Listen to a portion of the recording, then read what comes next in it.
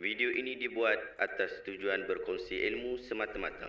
Ia tidak dibuat untuk menghina atau menjatuhkan kredibiliti mana-mana pihak, organisasi atau jabatan.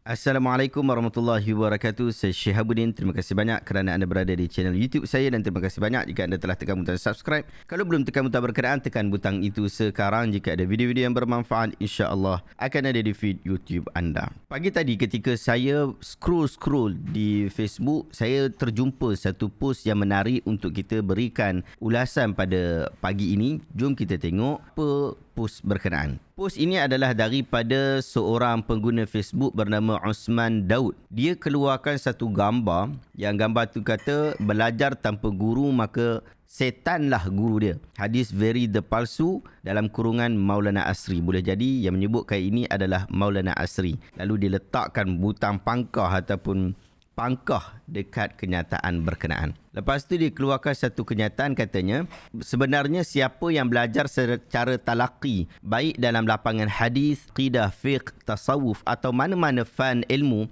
yang lain, memang sedari dulu lagi tahu ini memang bukan hadis. Ini adalah khulasah daripada kalam atau ungkapan ulama yang dimuatkan dalam banyak kitab. Adakah jika ia bukan hadis terus mardud atau tertolak? Tidak, bahkan ungkapan ini sangat benar dan menjadikan bukti kepada realiti pada hari ini. Allah Ta'ala berfirman, fas'aluhu ala dzikri in kuntum la ta'lamun, maka bertanyalah kepada orang yang mempunyai pengetahuan jika kamu tidak mengetahui. Surah An-Nahl ayat 43. Al-Imam Al-Ghazali rahimahullah pula berkata, al-muridu yahtaju ila syaikhin wa ustadhin yaqtadi bihi la mahalata liyuhdihi ila sawa'is sabil fa inna sabila ad-din ghamidun wa subulu syaitani kathiratun zahiratun faman lam yakun lahu syaikhun yuhdihi qadahu syaitanu ila turuqihi la mahalah. Murid memerlukan guru dan ustaz yang diikuti secara jelas agar mereka menunjukkannya ke jalan yang lurus, kerana jalan agama itu tersembunyi, sedangkan jalan-jalan syaitan banyak dan nampak. Barang siapa yang tidak mempunyai guru yang memberi petunjuk, maka syaitan pasti mengiringinya ke jalannya. Sayyidina Ali radhiyallahu anhu pernah mengarang syair tentang syarat menuntut ilmu.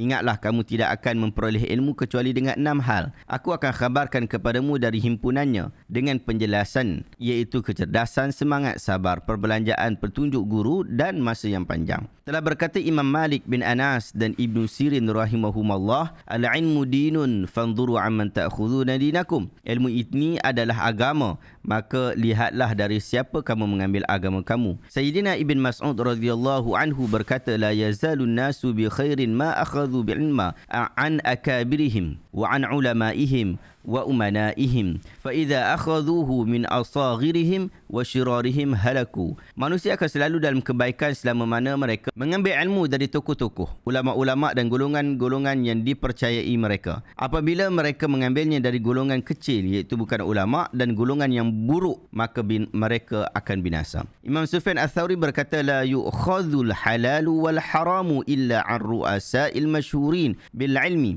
alladhina ya'rifuna ar-ziyadah wan nuqsan. Halal dan haram tidak diambil kecuali daripada pemimpin-pemimpin yang terkenal dengan ilmunya, yang mengetahui adanya tambahan atau kekurangan dalam hukum. Akhir sekali, kawan kita ni sebut, dia kata, sebab itu dalam sesetengah perkara kita patut diam, jika tidak hanya menyerlahkan kedudukan pemikiran kita kepada orang ramai. Wallahu alam. Kemudian Yudi maksudnya Osman Daud lah. Saya tak pasti kenapa tuan post ini menyebutkan hal seperti ini.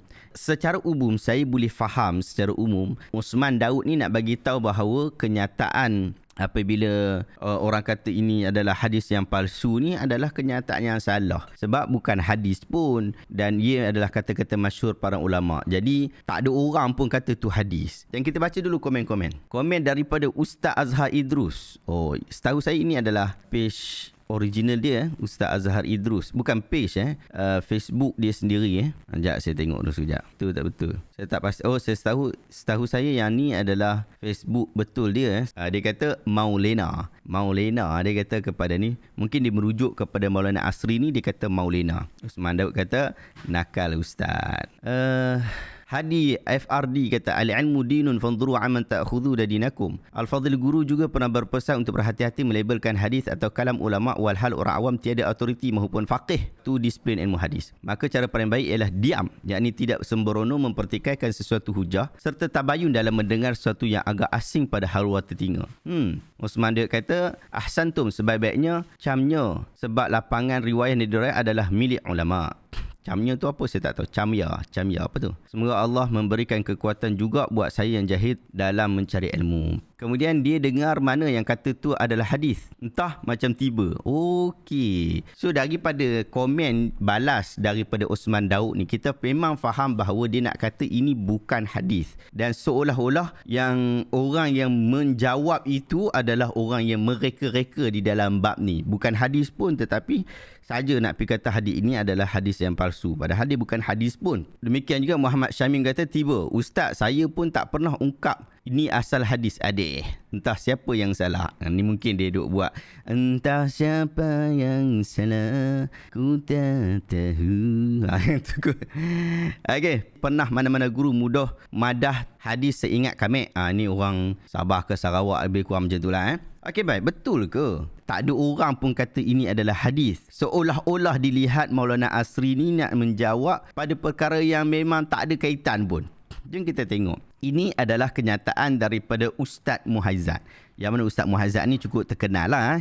Dan dia kata apa? Kita dengar. Nabi kata man la syaikun lahu fasyaitanu syaikhulah. Siapa dia yang tidak ada guru, setan tentu guru dia. Nabi kata lagu tu. Nabi kata man la syaikun lahu fasyaitanu syaikhulah. Siapa dia yang tidak ada guru, setan tentu guru dia. Nabi kata lagu tu.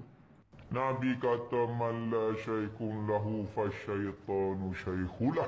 Nabi kata lagu tu.